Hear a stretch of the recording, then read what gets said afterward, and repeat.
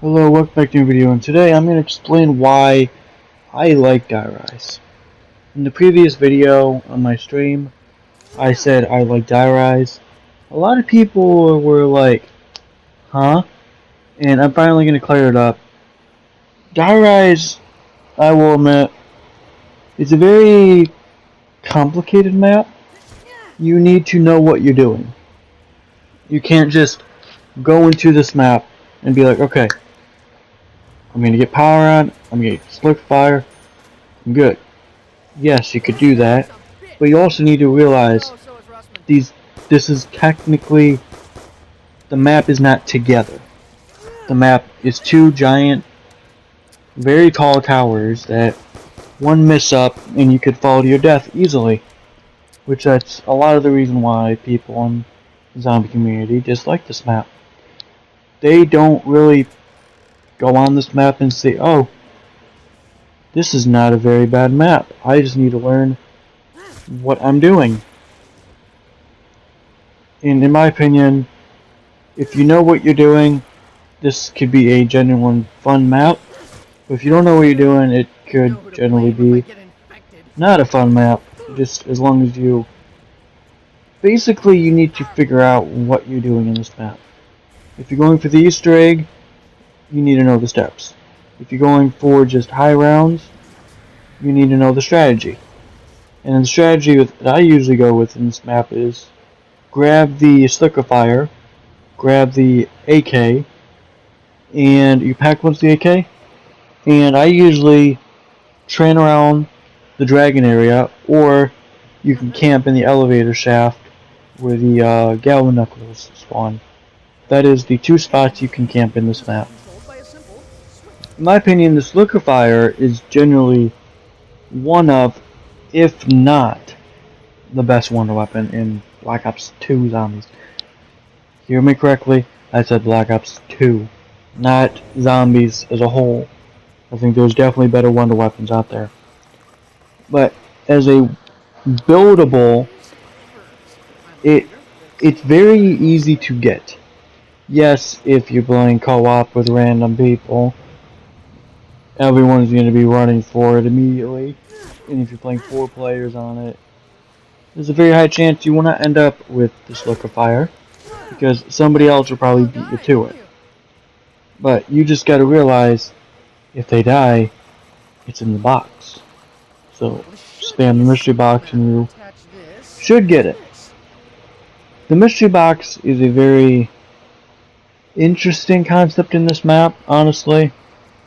Like, I'm not saying it like, the mystery box to me, I've never really went for the mystery box in this map. Like, honestly, I won't lie, I played a lot of Die Rise in the last three weeks, since Black Ops 2 port came out. I haven't hit the box one time in this map. It's just, I don't see the point in it, when there's a very good AK you could buy, and you can just get the Slicker Fire. And which in the video now, I just got the Slicker Fire. I think the bank system is a kind of broken aspect for this map. It works for buried and it works for transit, but I think Die Rise bank, it kind of makes the game a bit too easy for Die Rise. But because like in transit, the map's so big, you never have enough points to do anything, so you kind of do need the bank in transit. And then for the Easter egg and buried, you need the bank.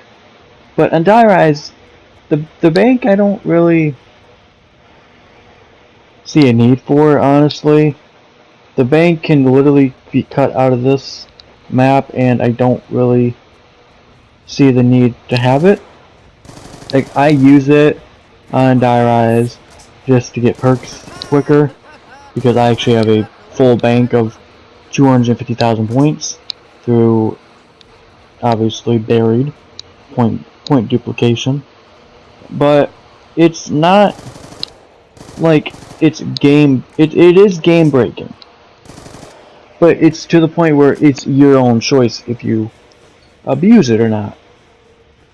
I think the perk system in this game for Die Rise, I actually don't mind it. With the elevators, yes, they can be very annoying. Yes, they can kill you, which has happened to me a lot already. But you also need to know when to get off the elevator and when to get on the elevator. It's all about timing, and if you don't know your timing, you can't really time it correctly, in my opinion. So, it's all about how you play the map. You could go for Pack Punch first and be good without perks, or you go for perks without Pack Punch. It's all about how you play this map. I think the concept of perks, random perk spawns, is actually a good idea, and it's pretty much what we got on Nuketown. If you kind of think about it, minus the elevators. We already kind of went through the random perk spawns with Nuketown. We kind of went through the random perk spawns in Shinonuma. So it's not like we're not familiar with this concept already.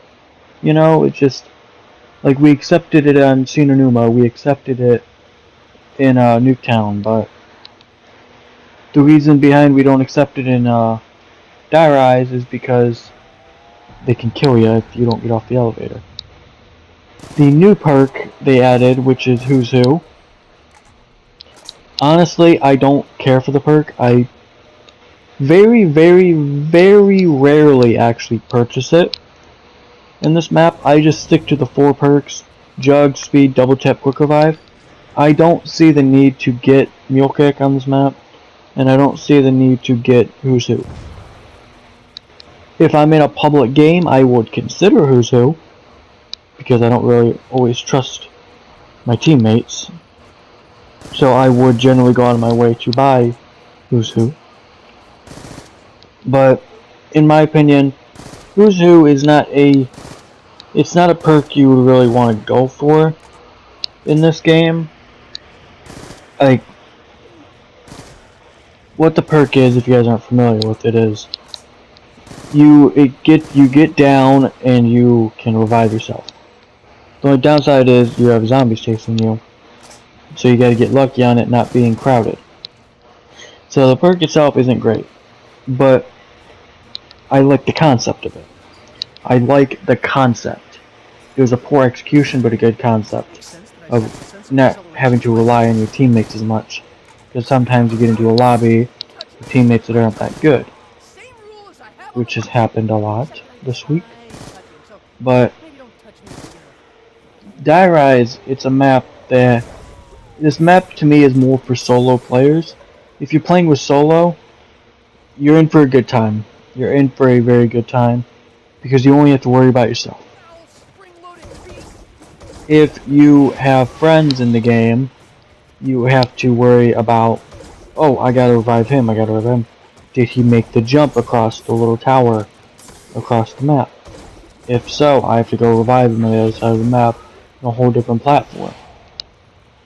So, in my opinion, Die Rise is more of a single player map, but that's not a bad thing. Because Die Rise, it can easily be a multiplayer map if you know what you're doing, and if you have a good team. I think you get the Slickify, you get perks, you get Pack Punch, AK, or whatever gun you guys choose. I choose the AK.